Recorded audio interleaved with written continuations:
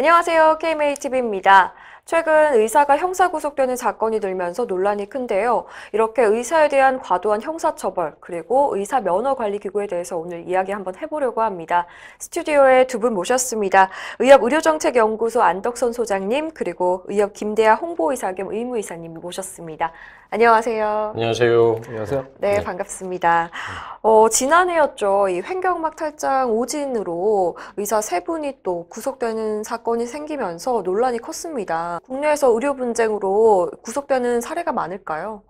일단은 의료 분쟁 자체도 상당히 많이 일어나는 걸로 이제 파악이 되고 있고, 네.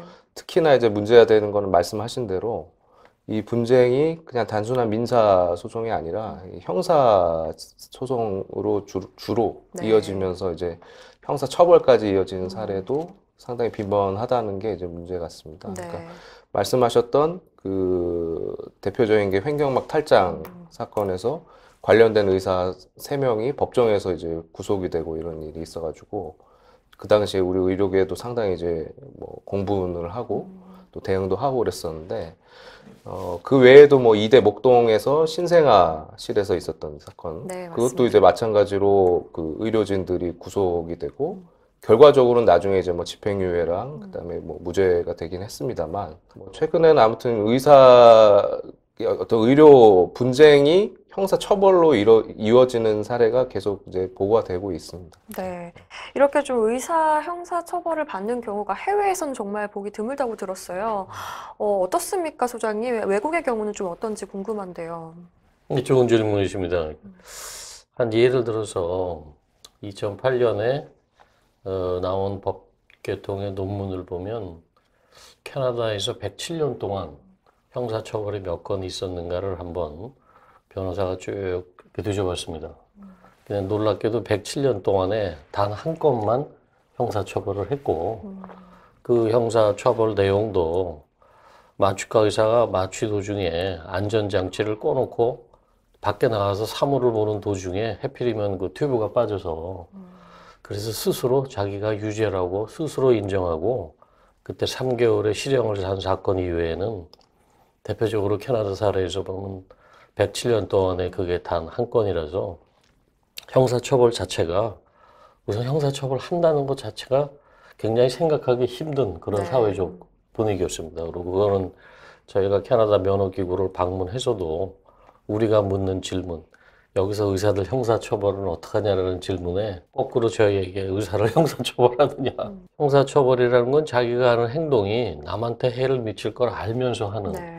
해악을 끼치기 위해서 하는 건데, 정상적인 의료 활동이라는 건 힘든 상황에서 환자를 돕기 위해서 하는 그 활동을 가지고 결과가 나쁘다 그래서 형사처벌하는 것 자체가 우선 자기들이 봐서는 도저히 납득할 수 없다. 그렇게 표현했습니다. 그래서 그러한 질문은 저희가 독일 면허기구를 방문했을 때도 그렇고 또 미국의 면허기구 수장이 왔을 때도 정상적인 의료 활동에서 의사를 형사처벌한다는 것은 그 도저히 자기들이 봐서는 받아들이기 힘든다.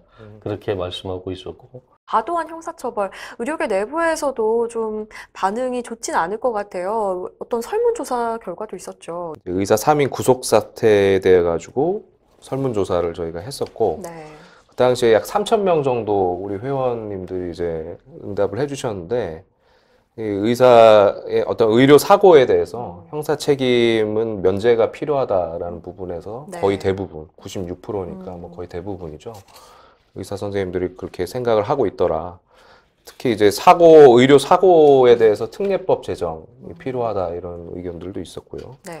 그래서 뭐 상당히 이제 이 부분에 대해서 많은 의사들이 부담감과 또 이제 부당하다는 것에 대해서 이제 네. 좀 분노하는 부분도 있고 현실적인 장치가 필요하다는 걸 이제 요구하는 부분도 있는 것 같아요. 이렇게 좀 과도한 처벌 계속해서 이어진다면 의료인 분들도 좀 굉장히 소극적인 자세가 될 것 같아요. 어떤 부작용 예상하십니까?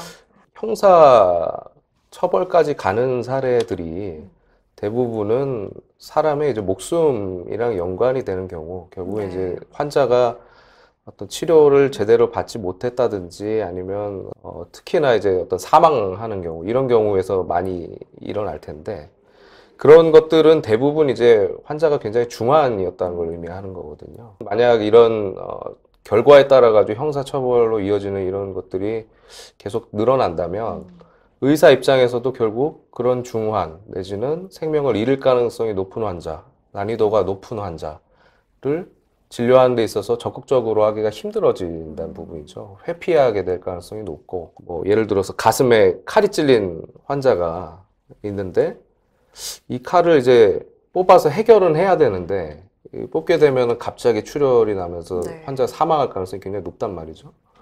근데 그런 게 있을 때 사실은 이제 누구든 결국에는 결단을 하고 이제 그 칼을 뽑고 이런 치료를 하는 걸 해야 되는데 만약 현재 같은 분위기라면 이 환자는 아무리 잘해도 사망할 가능성이 굉장히 높은데 과연 이걸 용감하게 나설 의사가 있을 것이냐 이런 문제가 있고요. 네. 근데 제일 큰 문제는 그러니까 형사처벌 이런 것들이 관행화되다 보니까 결국에는 생명을 다루는 정말 의사가 필요한 분야의 의사들은 점점 소극적이어지고 더 지원을 안 하게 되고 위험한 자리는 피하게 되고 근데 그 피해가 결국에는 환자와 국민에게 돌아간다는 게 이제 제일 큰 문제죠. 사실은 선진국에서는 그래서 이제 법과 윤리를 같이 놓고 볼 때 네.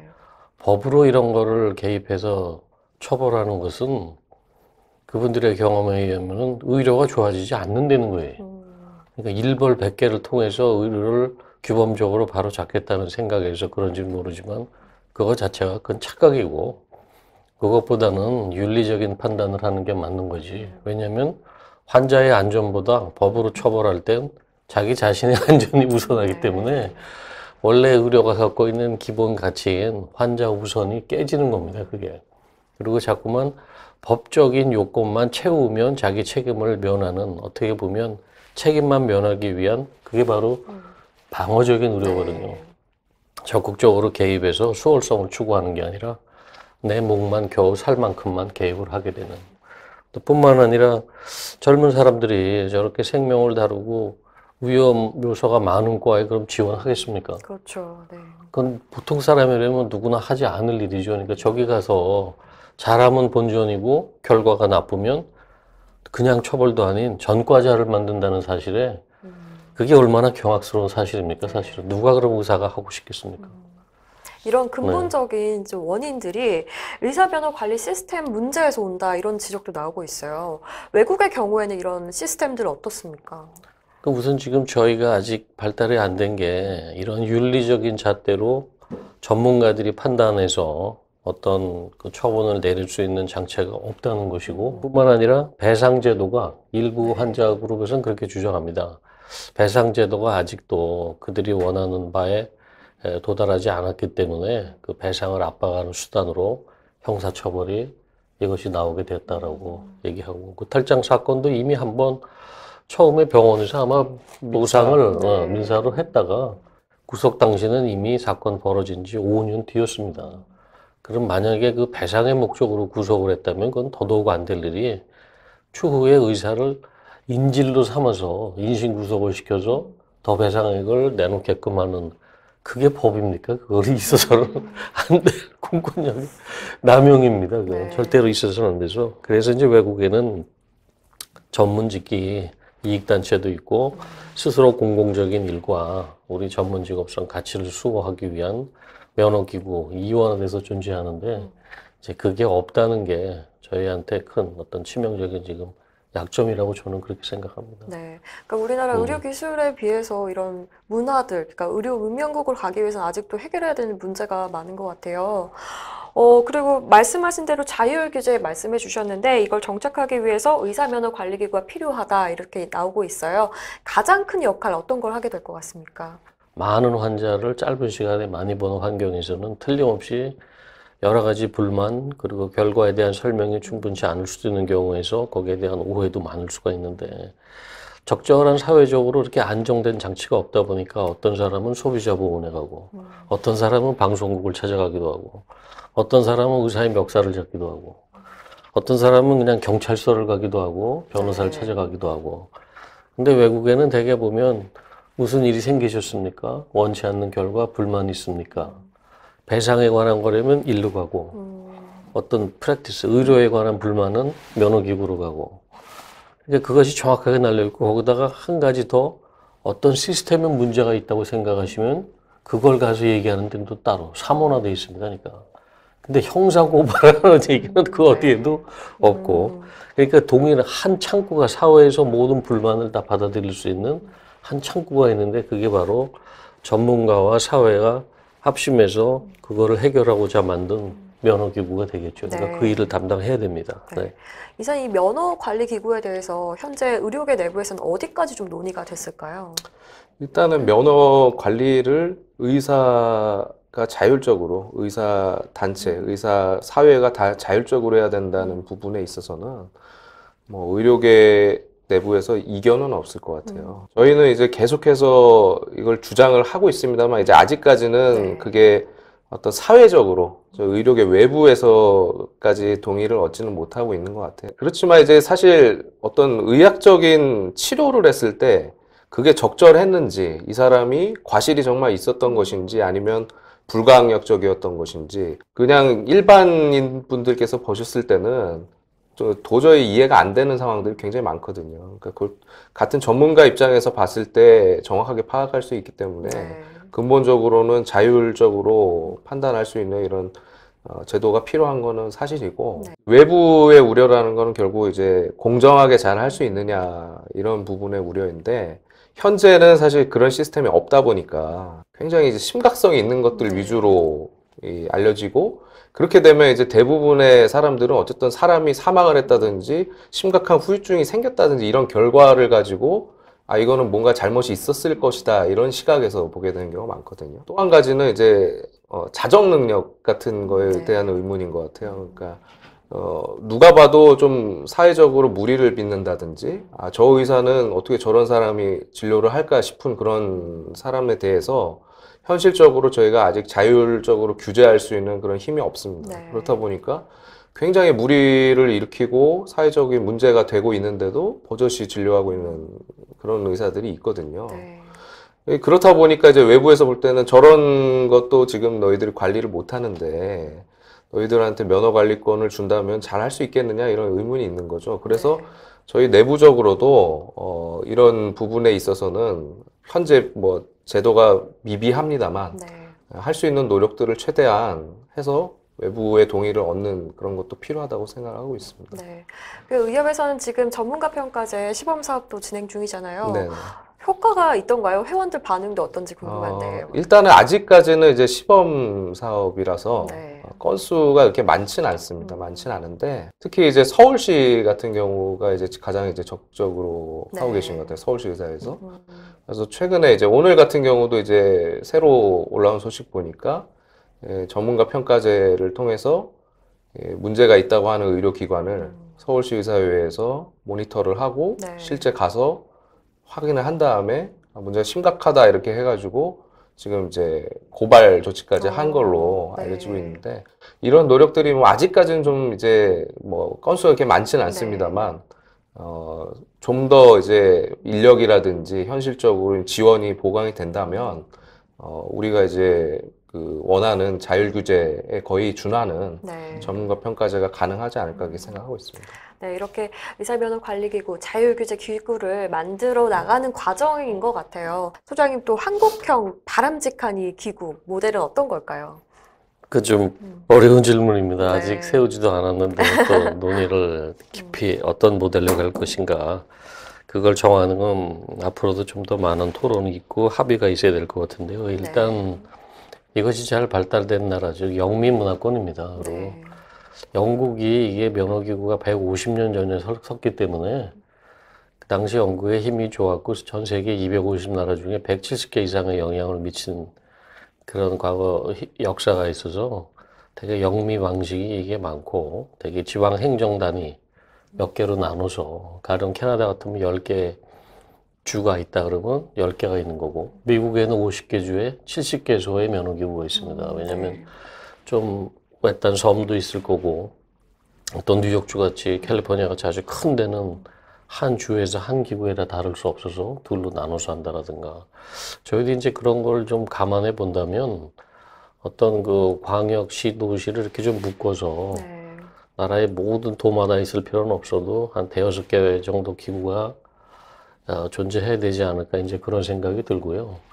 그리고 하루아침에 면허기구를 운영한다는 건 참 어려운 일입니다. 그래서 그런 거를 할 때는 어떻게 우선 거기에 관련된 인력을 훈련하고 교육시키고 저희는 만약에 진짜 바람직한 제 생각, 개인 의견으로 한국형 그러면 그저 우리나라에 한 5개 정도 기구가 서서 네. 가령 인구 많은 서울, 뭐 경기 또 나머지 지역 정도 거서 하고 졸속으로 하는 것보다는 정확한 그 계획을 세워서 로드맵을 가지고 몇 년 동안 어떻게 사람을 훈련시키고 어떻게 해서 진입할 수 있도록 네. 그렇게 해보는 게 저의 희망입니다. 네. 네. 시간이 걸리더라도 제대로 이제 만드는 게 그렇습니다. 제일 중요하다고 말씀을 해주셨어요. 사실 정말 해결해야 할 과제가 많은 것 같습니다. 법적이나 뭐 제도적 측면에서 뭐 이런 부분이 필요할 것 같다. 마지막으로 바라시는 부분 있으면 한 분씩 얘기해 주시면 좋을 것 같아요. 소장님 먼저 한 말씀 부탁드릴게요. 네, 면허기구가 되면 잘 발달된 나라들은 거의 그 1심의 기능을 대신하는 겁니다, 이게. 또 행정법원의 성격이 강하고요. 그래서 이의제기가 있을 때는 고등법원으로 올라가는 나라들이 많고 행정법원에서 절차만 보는 나라도 많고 또 그러기 위해서는 합당한 법적인 지위와 어떤 조사권 이런 것들이 다 보장이 되어야 이게 가능하고 예산 염출이 가능한 그러니까 면허기구는 의사들이 활동을 하는 한은 의무 가입제입니다. 그러니까 굳이 애써 회비를 걷지 않아도 의사들이 내준 돈으로 진짜 자율적으로 움직이는 그래서 그런 제도가 먼저 선결해야 될 것 같습니다. 전문가 평가제를 실제로 하고 있는 선생님들 말씀 들어보면 네. 이제 제일 애로사항을 겪는 게 어떤 정보 취득의 부분입니다. 그러니까 일단 이제 아무래도 자율 규제라는 게 그러니까 의료계 전반적으로 이제 원하는 것이긴 하지만 동시에 또 우리가 굉장히 낯선 거거든요. 네. 그래서 어떻게 보면 이제 규제를 받는 당사자가 그러니까 조사를 받는 입장이 됐을 때에는 당신들도 같은 의사인데 나를 조사할 권한이 있냐? 뭐 우리는 이제 대부분 보건소라든지 뭐 어떤 뭐 행정 이런 관청에서 하는 거에 익숙해져 있으니까 그런 데에서는 이렇게 뭐 좀 조사할 권한이 있는 걸 다 인정하고 있습니다만 같은 의사 내지는 의사 단체에서 나의 어떤 프랙티스를 문제를 삼고 거기에 대해서 조사하겠다 하는 거에 대해서는 상당히 또 이제 거부감 내지는 낯선 부분이거든요. 그렇다 보니까 이제 정보를 우리가 뭐 이 정확한 사실을 알아야 판단할 수 있으니까 정보를 좀 제공을 해달라고 해도 사실 협조가 잘 안 되는 부분도 있고요. 또 한 가지 이제 행정관청과도 이게 사실 연계가 돼야 됩니다. 예를 들면 뭐 보건소라든지 아니면 건강보험공단이라든지 이런 데서 알고 있는 정보가 이 조사에 필요할 수도 있거든요. 그러면 이제 사실 그런 걸 요청을 해서 자료를 받으면 그걸 통해 가지고 정확하게 이제 알 수가 있는 것인데 그런 것들이 아직까지는 이제 유기적인 협조는 잘 되지 않는 것 같아요. 그리고 뭐 좀 개인정보라든지 이런 것도 좀 민감한 부분이다 보니까 문제 소지가 있는 부분에 있어서 협조를 받기가 좀 힘든 것 같거든요. 그 사건을 조사하는 데 있어서 필요한 정보 취득에 있어서는 어떻게 보면 좀 사회적인 합의 내지는 그런 걸 통해서 관청이라든지 이런 데 협조를 좀 얻어 나가야 되는 그런 것들이 필요할 것 같습니다. 네. 제도적인 뒷받침도 필요하고 또 관련 기관들의 협조가 필요하다고 말씀을 해주셨습니다. 네, 두 분 오늘 말씀 고맙습니다. 네, 감사합니다. 고맙습니다. 네. 네, 의료계 자율규제 기구에 대해서도 얘기를 해봤고요. 또 의사에 대한 과도한 형사처벌에 대해서도 얘기를 해봤습니다. 갈 길이 멀지만 목표는 한 가지 분명한 것 같습니다. 의료계 내에서도 이 합심을 해서 두 분 말씀하신 대로 이 해결해야 할 과제들 잘 지혜롭게 해결해 나가길 바라겠습니다. 오늘도 시청해 주셔서 고맙습니다.